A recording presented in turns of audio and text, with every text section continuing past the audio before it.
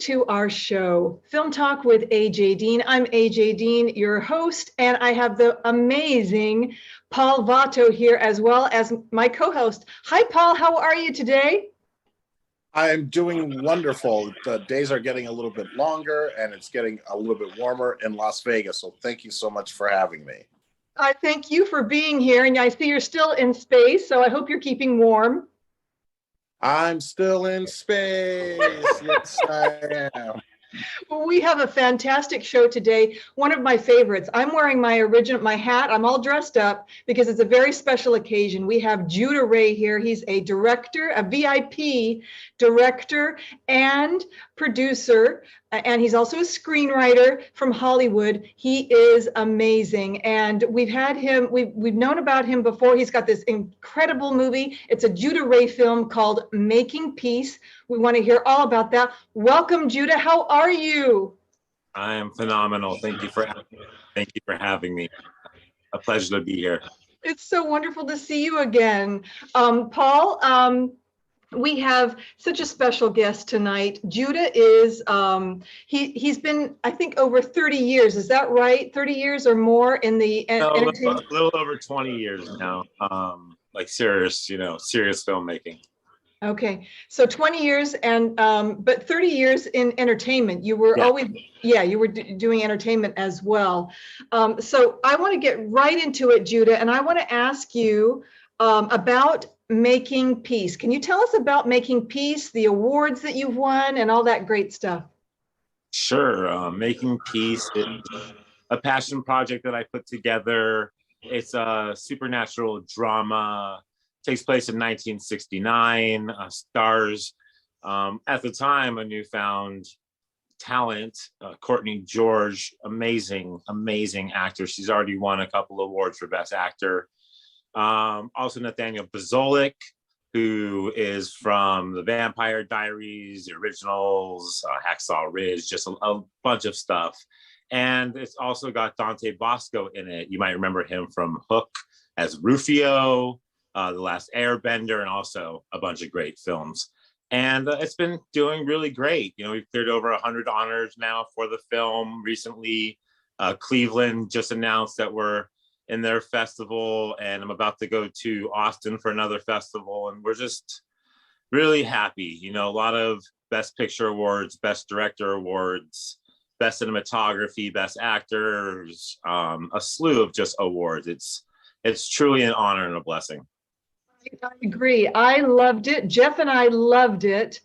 And I'm not going to spoil it, but it was just absolutely brilliant. And it took my breath away because I didn't get it. But I did. And it was so wonderful. So wonderful, Judah.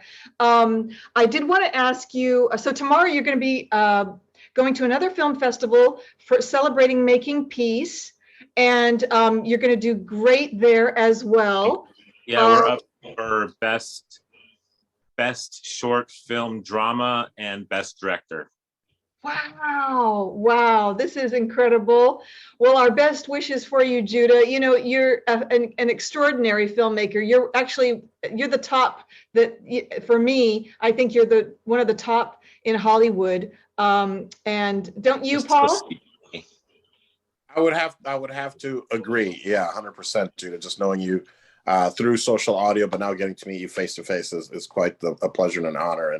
And your work is unprecedented, man. So thank you for allowing us to speak with you. And when did you work on this? I mean, when did it come out, or what was the? We shot Making Peace right before the pandemic hit. So 2019, I believe it was October. We shot it out in the Mojave Desert. Most of it the Mojave Desert. Some of it in a house in the same block that the Brady Bunch was filmed in Northridge, because the whole film takes place in 1969. So I was really adamant about staying true to the aesthetic, shooting in houses that still kept that original 1969 everything down to the way the furniture was, costuming. The military outfits were original Korean War military outfits. All the cars that we used were just beautiful. Lincoln Continentals with the suicide doors, and VW buses with windows that went all the way around and opened up even the front windows.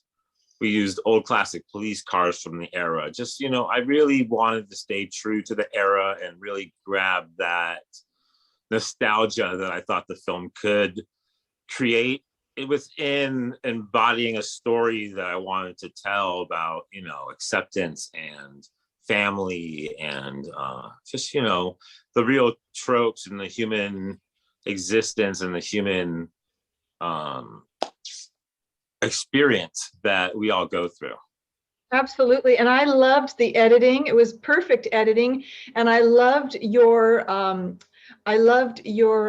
music as well that you incorporated into it. It was just so enjoyable. And Jeff, it's a popcorn movie. You know, it has to rate pretty darn high for me to say a popcorn movie, and it definitely is. So I encourage everybody to check it out. Making Peace by Judah Ray. Thank you for that question, and thank you for that answer, Judah. I also wanted to ask you, what are your current projects that you're working on now? I know you're going to a film festival tomorrow, but can you share with us a little bit of what you're doing? Sure. I have 2 films moving into production. They're in development right now. One of them is a true story based out of the Philippines. It's an amazing story. It was sent to me by a friend a while ago, a couple of years ago. It told me, hey, this would be a great story. I tracked down the journalist, tracked down the person, and it blew my mind.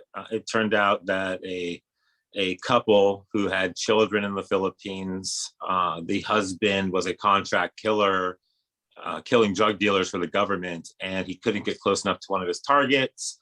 So he tapped his wife and she became a hit woman, and they lived constantly on the run from cartel and from the other drug dealers that they had, you know, murdered. And I thought it was a riveting story. So I wrote that, and it sparked some great interest from David Joshua Lawrence over at Glass House, who's getting behind production. And Dante Bosco is looking at it for directing. He loved the script and wants to help produce it over in the Philippines. So that's really looking great. And another film project, which is it's a psychological, faith-based horror film that has won a slew of awards, about 28 awards as a screenplay.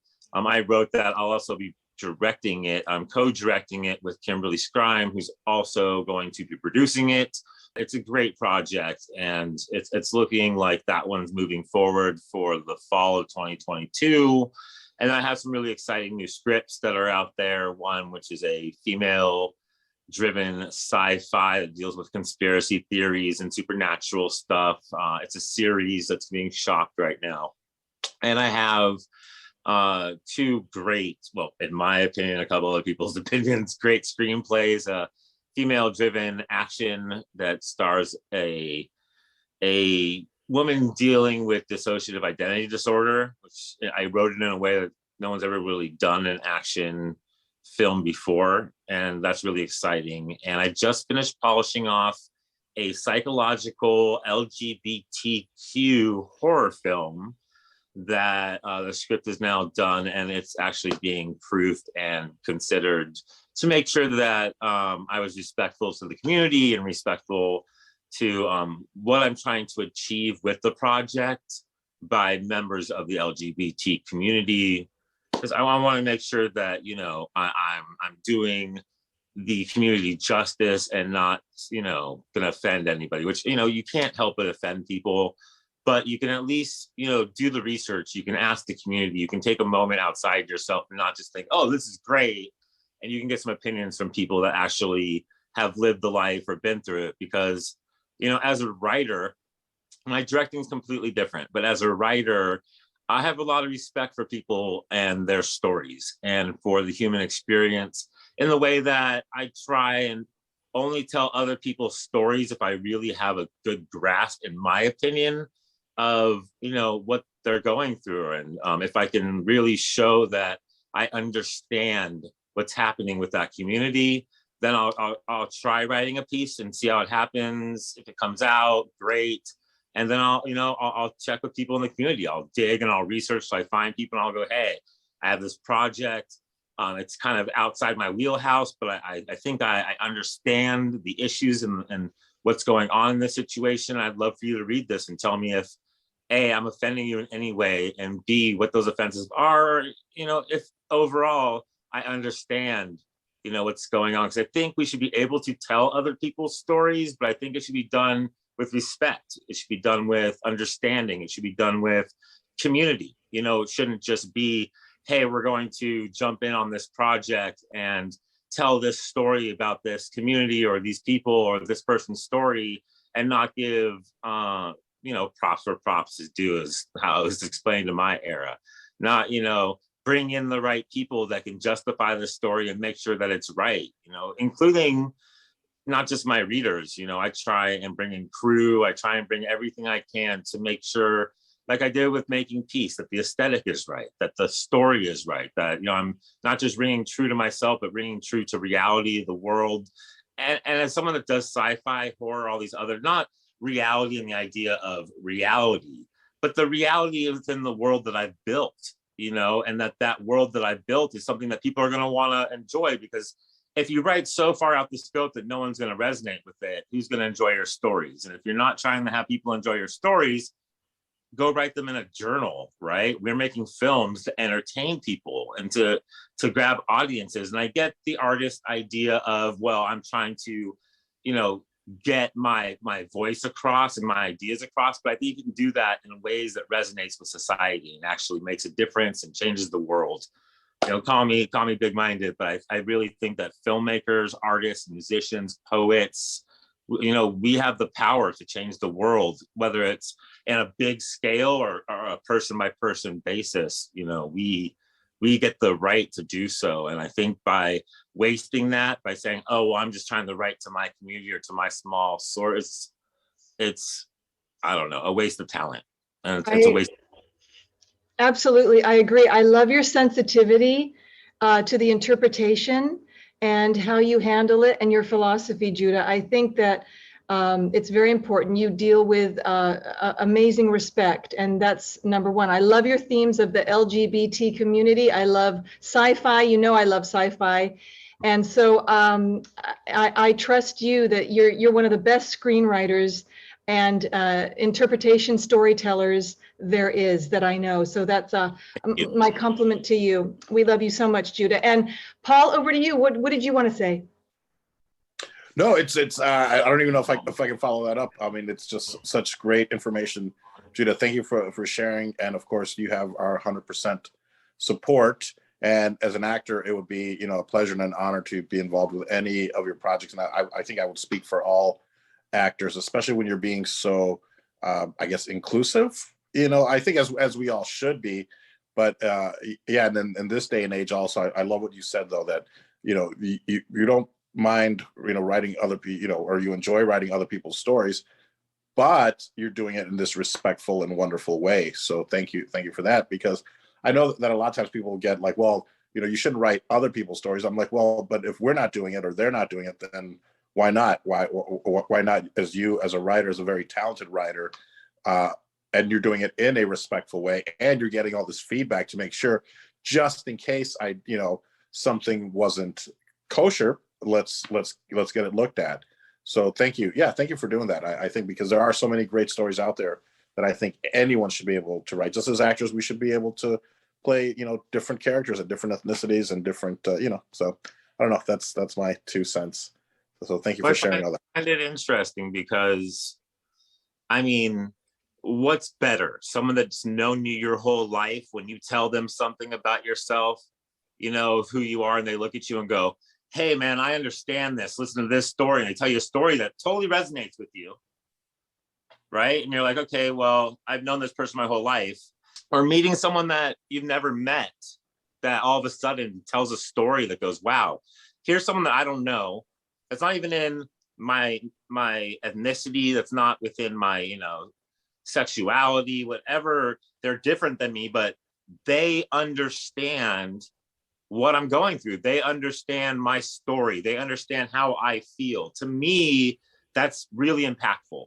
That's a bigger impact to me when I can, resonate with someone else. It's that old I don't know. I grew up from a hard childhood. So for me, when you meet other people from a hard childhood, especially growing up, you're like, oh, look, it's not just my life. Everyone doesn't have this perfect, television family, mom and dad, and everything's chirpy and beautiful. There's other people. Yeah, they might be Black, they might be white, they might be female, whoever they are, but wow, they've been through what I've been through, and I can resonate with that, and I really accept, like, wow, they understand me too. And I think we're missing that in entertainment a lot these days when we're trying to crack the whip so hard on. And now there are underrepresented, people that does exist, and something needs to be done about that, including not just crying that everyone else needs to do something. We ourselves need to do something about it. Now we're at the point of independent filmmaking where cameras are cheap enough, lighting is cheap enough, filmmaking is cheap enough, and there's enough avenues to distribute your ideas and your stories where, I think a lot of people are scared of, I'm not going to make a studio level picture. But most of the time, it's not the studio level pictures that blow people's minds. It's these independent films done by new artists that change the way that you see a subject or change the way that you see filmmaking. They're the ones that really resonate. They're the ones that really change the way you think about stuff. I mean, you're entertained by a Marvel movie, but when was the last time you watched a Marvel movie that actually changed how you thought about life or how you thought about your existence, or where you resonated and said, wow, the Hulk really gets how I feel in my existence. You see similarities, but you don't get that. You get that out of your indies, out of your dramas, out of those films that touch your heart and leave you in a place you're just dumbfounded with how someone could affect you in such a way. Could you share? Those are great examples, but please leave the Hulk out of this. No, I'm kidding. He's my favorite Marvel hero. That's why I picked him. Sorry. He's awesome. Love him. Do you have any examples? And I don't mean to put you on the spot, but are there any films that did change the way you think, or maybe now even approach filmmaking, or that were life-changing to you? Something that you saw either growing up or even recently that you were like, wow, that really has changed the way I think, or anything like that. If you could talk on that for a little bit. Totally you're getting at. Growing up, it was films. It's weird. Growing up was Twilight Zone and a lot of B films. Because I'm an insomniac, so I'd be up all night. And it's funny I said it like that. There was this show called USA Up All Night with Rhonda Shears and Gilbert Gottfried, and they would play 2 B flicks back to back. Toxic Avenger, Vice Cops. These really just cheesy, Attack of the Killer Tomato. Just really cheesy films. And I grew up watching all these films and loving these films because they were films that other people never saw. Everyone talked about all the films that people went, and Jaws and Pulp Fiction and all these films that came out. But these were the films I kind of felt were my own and were resonated with, and they all had great stories. They were just really shoddy execution. Some of the stories were actually really good. So those were the kind of the films that inspired me. And of course, I mentioned it. Tarantino came out, and when I saw Pulp Fiction and I saw like what Guy Ritchie was doing with Snatch and Lock, Stock, and Two Smoking Barrels, it really changed my idea of what you can do with films, because I grew up watching Papillon. I grew up watching Animal House. I grew up watching films when I was a kid that I shouldn't have watched. And through these experiences and watching everything, like I said, from Papillon to Animal House and everything in between, I started seeing these filmmakers that started telling stories in different ways. Like I saw Twilight Zone told stories in different ways. Tarantino told stories in different ways. Ritchie filmed stuff in different ways. And it all resonated with me. I really just loved it. I liked watching a lot of foreign films. City of Lost Children really blew my mind, and just how abstract and weird it was. I grew up on movies like Brazil, and really understanding what Brazil was about when I was watching it, and the duality of man and how he was like conquering his own personality and his fears. Like I saw all that, and it all resonated with me so much. And it's funny because when I first got into filmmaking, or when I first got into entertainment, I made the choice. I was like, should I go into music or should I go into filmmaking?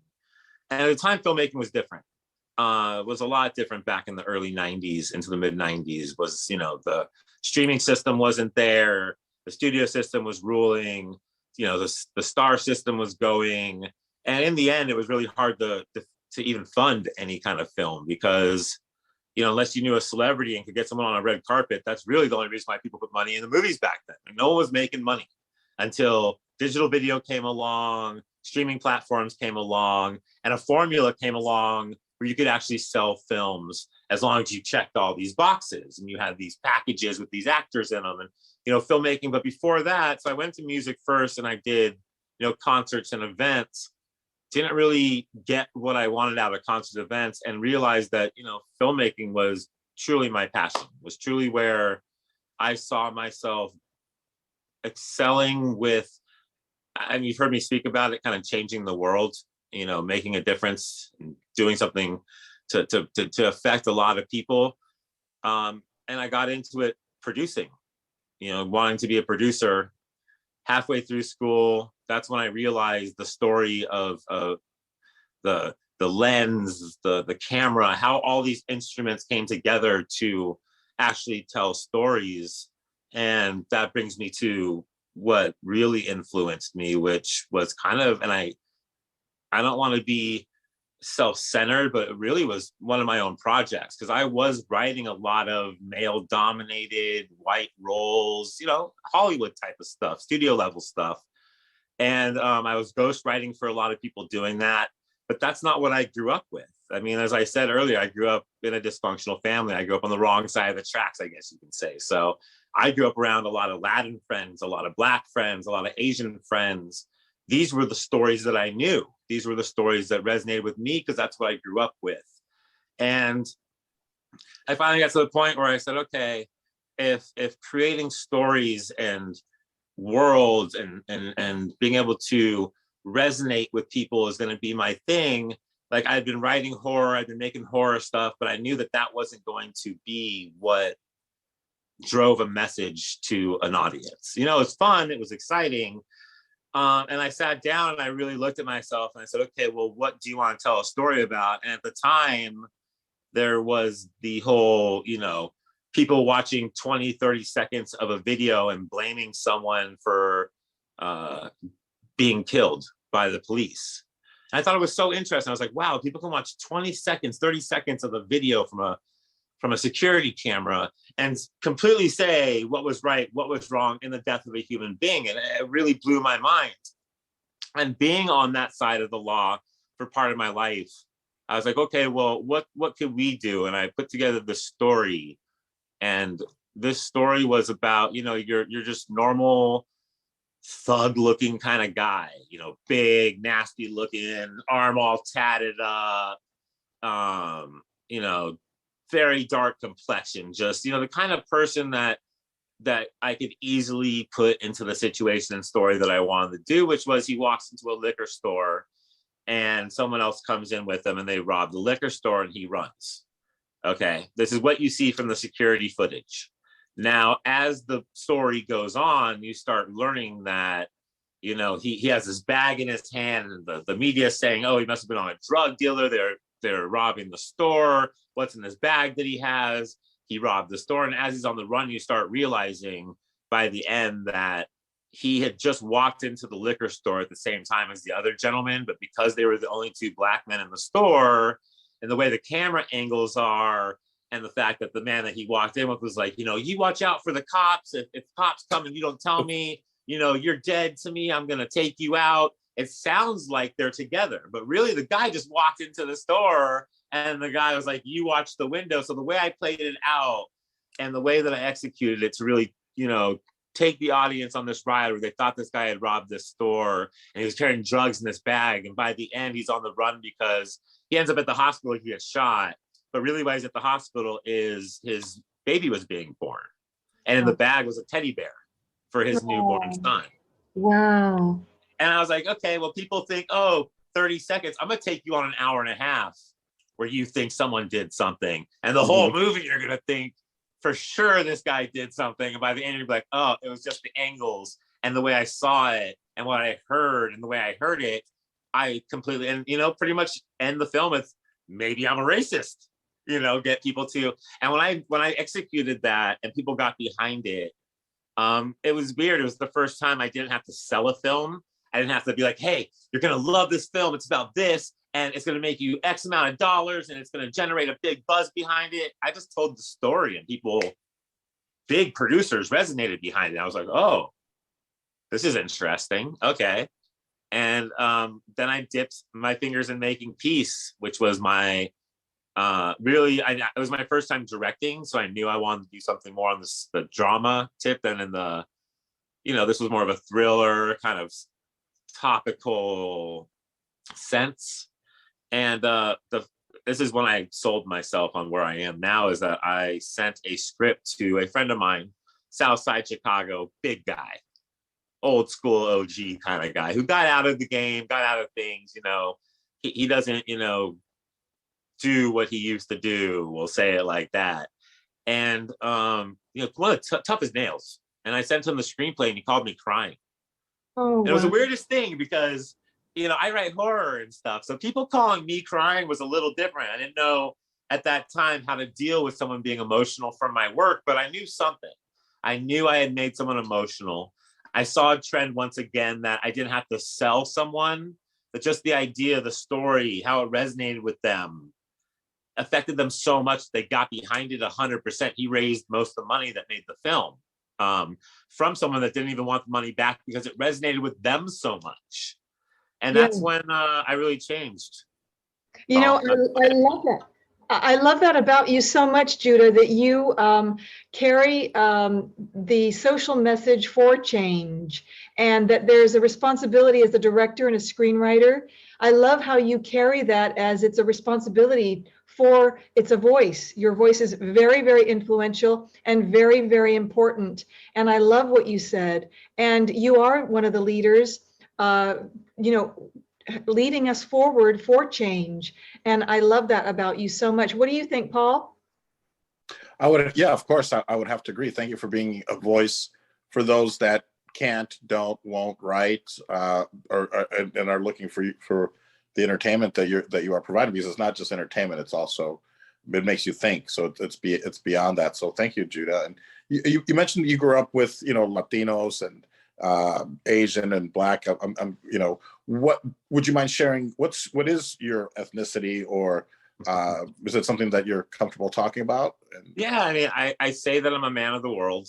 I've traveled most of it, and so I like to say that. But I will admit that I am a Russian Italian Jew, and I grew up in a really hard household. So at a very young age, around 8 or 9, I was kicking it with Mexican gangs around Los Angeles, a little closer than I should have been doing what I was doing, especially at that age. And then a little later in life, I started hanging a little bit more in the city. So I started hanging out with more like, East Coast Crips and down in Compton and places like that.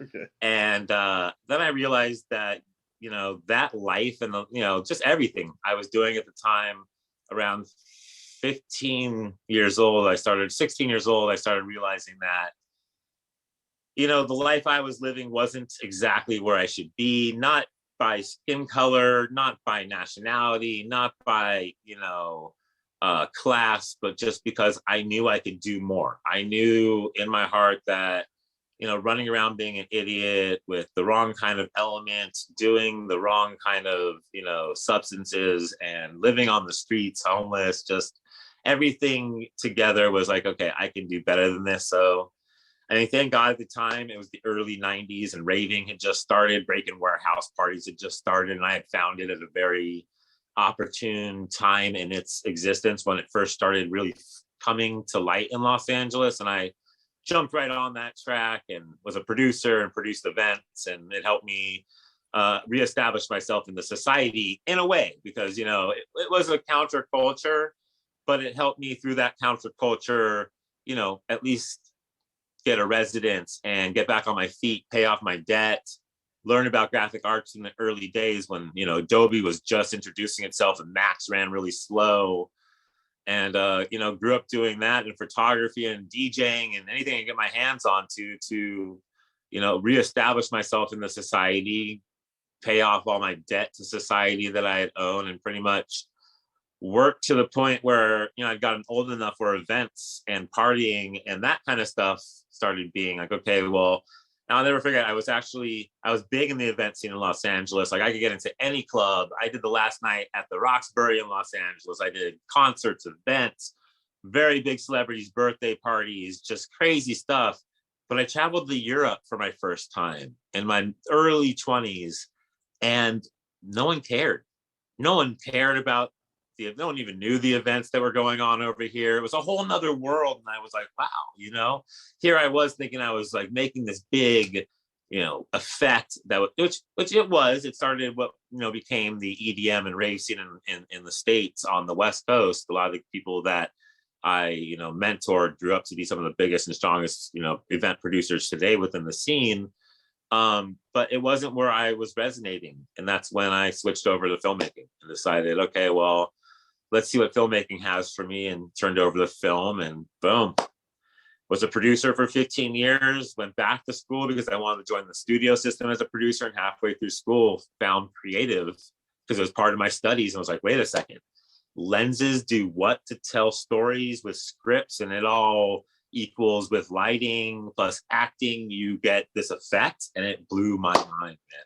And it's weird because I've been making films for 10 years already and didn't understand truthfully how storytelling worked. I understood how to produce a film. I knew how to find a script that was good, put people behind it, hire the crew, hire the staff. I got that part. But yeah, it was definitely a revelation when I found the creative side of things and really engulfed myself into it. And it's funny because I look back now, and anyone that's listening, they're both just as important. You know, if you're going to be a producer, learn the creative side. If you're going to learn to be a screenwriter, learn how to direct, learn about acting. If you're going to learn to act, you know, try writing a screenplay. It could suck, but at least you learned how hard it is. When you read a screenwriter, you can be like, hey, kudos, man. Yeah. You know, try these little things, you know, learn about, especially if you're an actor, learn about direction and directing. That way you can work with your directors, and the other way around, if you're a director, learn about acting.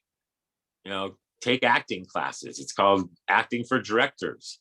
Sit in the back of the class. You don't got to get up there and act, but just take note on how the instructor teaches their class, what tools they use, how they work with their actors, how the actors respond to different techniques. You might see one instructor who's really mean, and watch how that reaction, you know, you might find an instructor that's really nice. Maybe they get walked all over. Find your own voice within that, but definitely do your research in every form. You know, they say, and even in screenwriting, read 1,000 screenplays.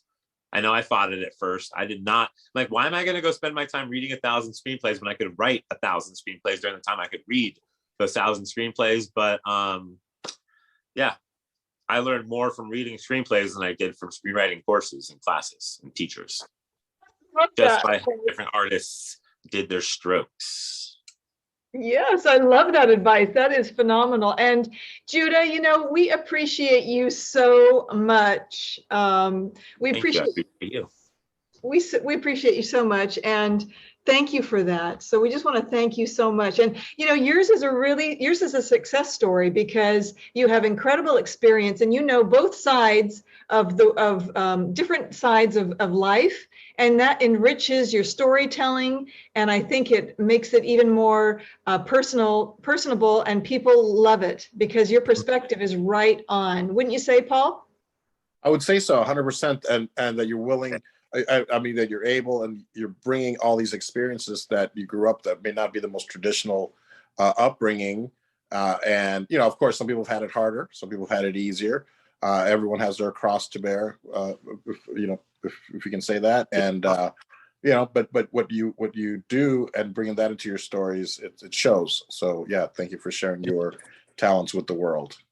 Well, to anyone listening too, you know, I always tell people that I talk to about screenwriting, there's two levels to this. There's the level where everyone understands the story that you're trying to get across.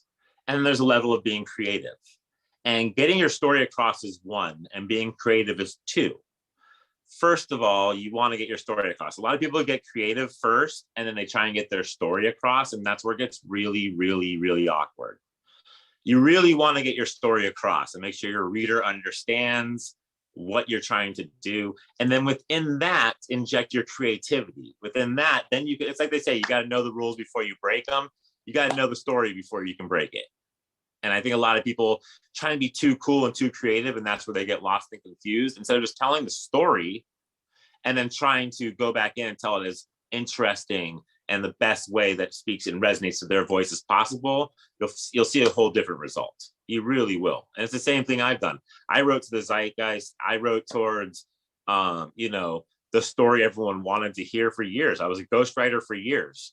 It wasn't until I started injecting my story, my voice, and my truth into my work that not only did I finally get my name on the stuff I was ghostwriting because I had put so much of my voice into it, other people couldn't say, well, that's what I come from. I wrote that line, because how the hell are you going to know what a Mexican gangbanger says in 1993 when he's kicking it with the homies? They have no idea, So finally got to the point where my storytelling resonated enough where I got my name on my scripts. And then from there, it's been beautiful. I finally got my voice and I'm putting my story into it. And I couldn't be better or happier, Paul, because of it. And, like you said, I don't care where you come from, rich, poor, whether you're straight, whether you're LGBTQ, Black, white, Asian, we all have our own cross to bear, our own story, our own experience, our own troubles, our own tribulations we've been through. And we shouldn't knock ourselves and think that we need to tell other people's stories their way. We need to tell our stories our way. And that's when you start having success. Beautiful, beautiful, Judah. Thank you so much. So well said, very well said, brilliant. And I wanted to ask you, what was your best day so far? What has been your best day on a film set?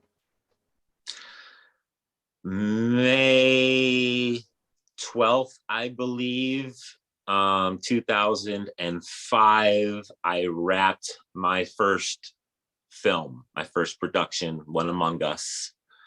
And besides the fact that it was a beautiful day, the martini shot, cheers, all that kind of good stuff, I had a naysayer on my set, an older gentleman who I won't say any more specifics, so I don't have to call him out, but he did the whole time tell me, this is not how this is done. You're never going to finish this film. And the last day he came up to me after the martini shot and said, no, you did it. You finished it. Congratulations. And that was a really, really shining moment for me as a producer, because, a lot of people stop. That's the worst thing you can do while you're making a project, is stop. You've got to keep that momentum going. You've got to keep that fire underneath it. And that fire and that momentum is all driven by you. So someone like that in your ear the whole time, it's very easy to go astray. And the worst, let me tell you, I would rather not finish a film that I'm directing, that I'm making, that I have my heart and my passion into. I'd rather not make my film if I'm going to make it someone else's way and end up with a project that I can't look at and say, that's my voice. I'd rather not make a film if I can't look at a project at the end and say, that's my voice. Whether I'm, cinematography, whether I'm directing it, screenwriting it, that's my voice. And as long as that's evident in the project, I'm happy. Because, I do want, and I'm not talking about the whole project, even as a director, my voice as a director is directing. The cinematographer has his voice, the actors have their voices, and we all sing together, right? In a choir. Yes, we do. It's a whole team. It's a whole crew, and that's what makes it beautiful, the teamwork together. I love your answer, Judah, and that goes right into my next question. What needs to change about the film industry? I don't think it's about what needs to change. I think it's about what needs to keep changing. We're really being progressive right now as a community. In the filmmaking world, even the studio system, which I never thought would bend. We're changing right now. 15 years ago, I tried to sell a project that was revolving around a true story within the Black community, and I got a really good taste of what being a filmmaker in Hollywood and entertainment is like when trying to tell those stories of minorities and races that Hollywood doesn't think is viable for sales. I mean, I literally was told, and I quote, Judah, only Denzel Washington and the Wayans brothers can make films like that in Hollywood. And my brain blew up. So I think we're at a very progressive day and age right now. I think, we're telling more stories. We're telling more people's stories, more community stories. We're starting to bring in more diverse talent, not only within, acting, but in production and screenwriting, within directing. We're trying to get more female directors, more female cinematographers, which is amazing. So we're seeing, their view and their side of the story. So we're not there. And that's what I mean. We're still changing. We're still, embracing this. But I think we're changing. And I think that's what's beautiful. All the way up to that, smaller independent groups can now utilize the tools that are accessible to them to be able to tell whatever story they want to. It's not in the day of someone tells you can't tell that story, you can't make that movie. You want to make that movie, you want to tell that story, the only one stopping you is you these days. And I think that's the next part of this that we're going towards, is people taking responsibility and utilizing those tools the right way to embrace what's coming up, which is, and I'll finish with this, a marketplace for independent artists to utilize blockchain technology and independent distribution outlets where we can bypass the studio system and the distribution agents. Much love to all my studio people, my distribution agents and managers and friends and producer reps and all you. I love you all. There'll still be a system for that. There's still theatrical, there's still Netflix and all these streaming platforms, but there will be avenues in the future for independent artists to be able to embrace telling their stories and being able to put them out to an audience where they can actually recoup their funds, make their money back from their community, and keep on telling stories. Amazing, amazing. And I love the hope that you have in your heart, Judah. It's written all over your projects and all over your films, and it's a voice of change, and it's beautiful. And I'm sorry we're coming to the close of our show soon, but I want to hand it over to, I want to thank you so much, Judah, and I want to hand it over to Paul for final thoughts or final questions. Once again, AJ, of course, great guest. I'm here to facilitate this and try to come up with funny stuff. But today it's so inspirational and motivational. And if you know me, of course, from like Clubhouse, we have a lot of fun there and things like that. But it's so wonderful and refreshing to be able to actually chat with you one-on-one and not worry about other people in the room and allowing them to talk, which that's the nature of that. But to just have you for this short amount of time, it's been wonderful. So thank you, Judah, for taking time out of your busy day and visiting with us for a while and sharing your projects and your passion that you have for the industry and what you've accomplished so far, and continued success, my friend. Thank you, Paul. Adore you, man. You're a great guy. Coming from you, that means a lot to me. Thank you, my friend. Thank you. Judah, any final thoughts, or anything else you want to share? No, I mean, it's been a great show. Before these podcasts, it always gets a little nerve-wracking, like where are we going to go and what we're going to do. But this has been a great conversation. Hope I didn't talk too much, because you guys really gave me a chance, and girls gave me a chance to really discuss some thoughts and some topics that I've been going through lately in my mind. And so it was a good experience. I'm very happy with the show, and I wish you guys definitely luck in the future. I don't think you're going to need it, because you have a great show here and you're two great hosts. Oh my gosh, thank you. Did you see me doing the happy dance? That's our little trademark. It's like you're trying to focus on the camera, so I'm looking in the camera, but then you guys are dancing and I'm like, how it is. It's real and it's authentic. And I want to thank you also, Judah, for being one of the #1 people on Clubhouse that accepted me, has included me. And I appreciate you and your family to me and Paul. I want you to know that. And so I want to thank you so much. And I'm so proud of you. Have a wonderful time tomorrow. And I have to say, until we meet again. yeah, it's so cute. All right. Bye, yo. Thanks for having me. Thanks you. for being here. Thanks for being here, Judah.